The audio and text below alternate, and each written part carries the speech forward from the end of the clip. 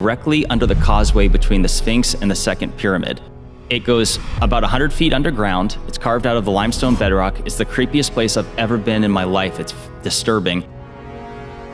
So it's 3 different shafts, and you go down, and here's where it gets, this is the crazy part. When you get to the 3rd level, which is completely dark and freaky, there was a side tunnel. Zahi Hawass himself, there was a documentary, went down there, and he's standing in front of this tunnel that went sideways, and he says, it's yet to be explored, and I don't know what's down there, but Joe, they've since sealed it up. It's like cinder blocks, they sealed it up. What? Yes!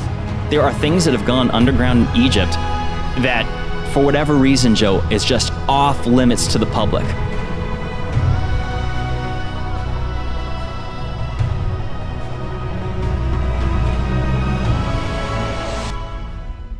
Beneath the Giza Plateau, near the Great Sphinx and pyramids, lies a mysterious structure that may reshape our understanding of ancient Egypt.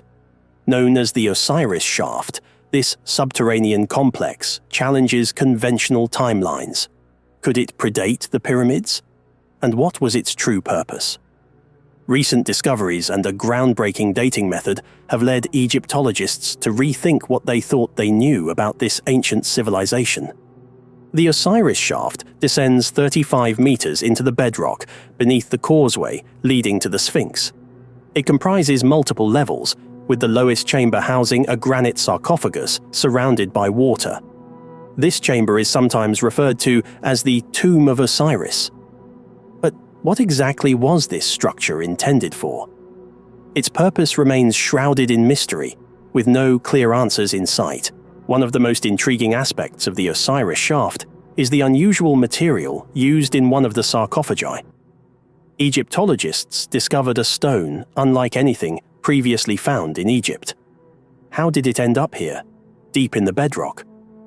Even stranger, the structure itself seems to have been designed without easy access in mind. There are no steps or ladders leading down to its depths. The ones installed now were placed there by modern archaeologists, suggesting that the ancient builders had no intention of facilitating frequent visits. The logistics of moving the massive sarcophagi, some weighing up to 40 tons, further deepen the mystery. How were they lowered with such precision into the shaft, which itself was not designed for easy entry or exit? The precision required to lower these gigantic objects without error suggests a technological ability that we do not fully understand. One sarcophagus found on the 2nd level was particularly remarkable. It was covered in a thin film. This channel makes at least $5,000 per month from YouTube Shorts without ever showing a face on camera. You can do it too with these 3 steps. Step 1. Visit ChatGPT and ask AI to suggest a niche with low competition. Identify popular ideas.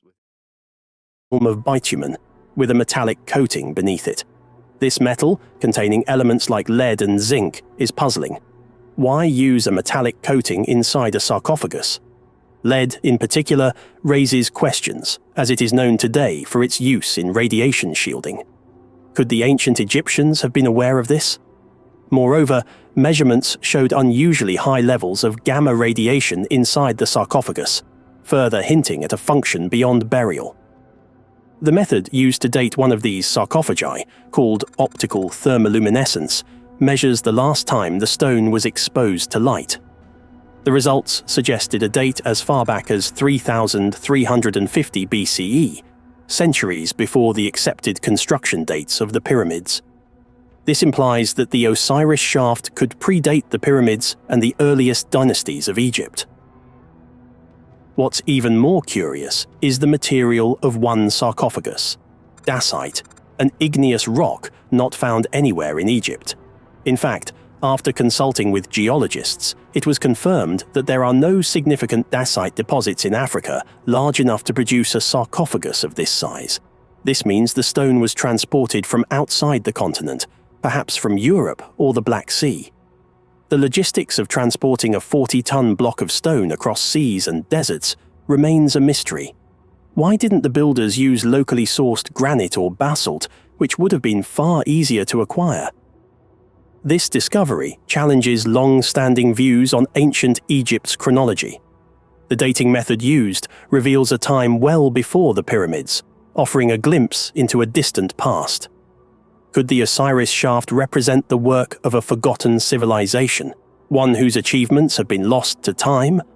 As we explore the depths of the shaft, more questions emerge. Was the shaft's design deliberate, meant to preserve the dead using unknown methods? Could the high radiation levels within the sarcophagi have played a role in ancient preservation techniques? The builders of this structure may have known things we have yet to uncover. As archaeologists delve deeper into the Osiris shaft, they challenge established notions of ancient Egypt.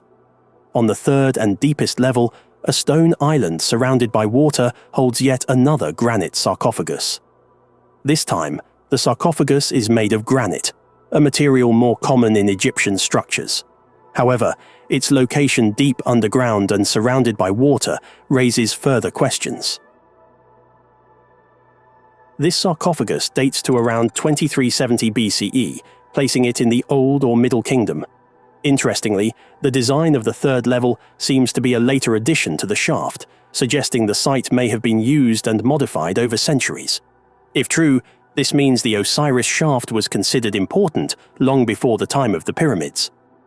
One of the most intriguing features of the third level is the water system.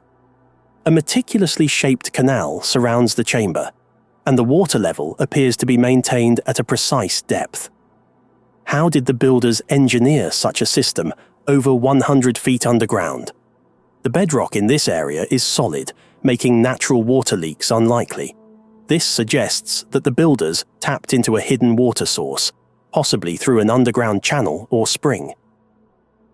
At the Osiraion, another ancient Egyptian site, similar subterranean water channels have been discovered, indicating that the ancient builders had advanced knowledge of hydroengineering. Water was often seen as a source of life and regeneration, and its presence in the Osiris shaft may have had symbolic significance in ancient rituals related to death and rebirth.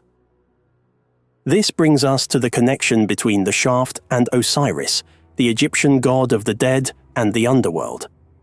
According to myth, Osiris was resurrected in a sarcophagus placed on an island surrounded by water. The third level of the shaft closely mirrors this imagery. Could the builders have been trying to replicate the tomb of Osiris? Or was this part of a deeper religious practice? Oddly, the sarcophagi found in the Osiris shaft are devoid of inscriptions, which is unusual for ancient Egyptian tombs. This absence of hieroglyphs has led some scholars to suggest that these sarcophagi were not intended for traditional burials, but served a different, perhaps secretive, purpose. Adding to the mystery, researchers detected significant levels of radiation inside the sarcophagi. Combined with the lead coating found on the second level, this suggests that the sarcophagi might have had an advanced preservative function, something we do not yet fully understand. If the ancient Egyptians had knowledge of radiation's effects on preservation, it would represent a technological leap far beyond what we currently attribute to their civilization. Beyond the physical mysteries, the Osiris shaft raises important questions about the origins of Egyptian civilization. The dating of the second-level sarcophagus to as early as 3350 BCE points to a pre-dynastic origin, making the shaft one of the oldest structures in Egypt. As we continue to investigate the Osiris shaft, the possibility of discovering hidden chambers, artifacts, or tunnels remains high. The Osiris shaft is rewriting our understanding of ancient Egypt and perhaps even pointing to a forgotten chapter in human history.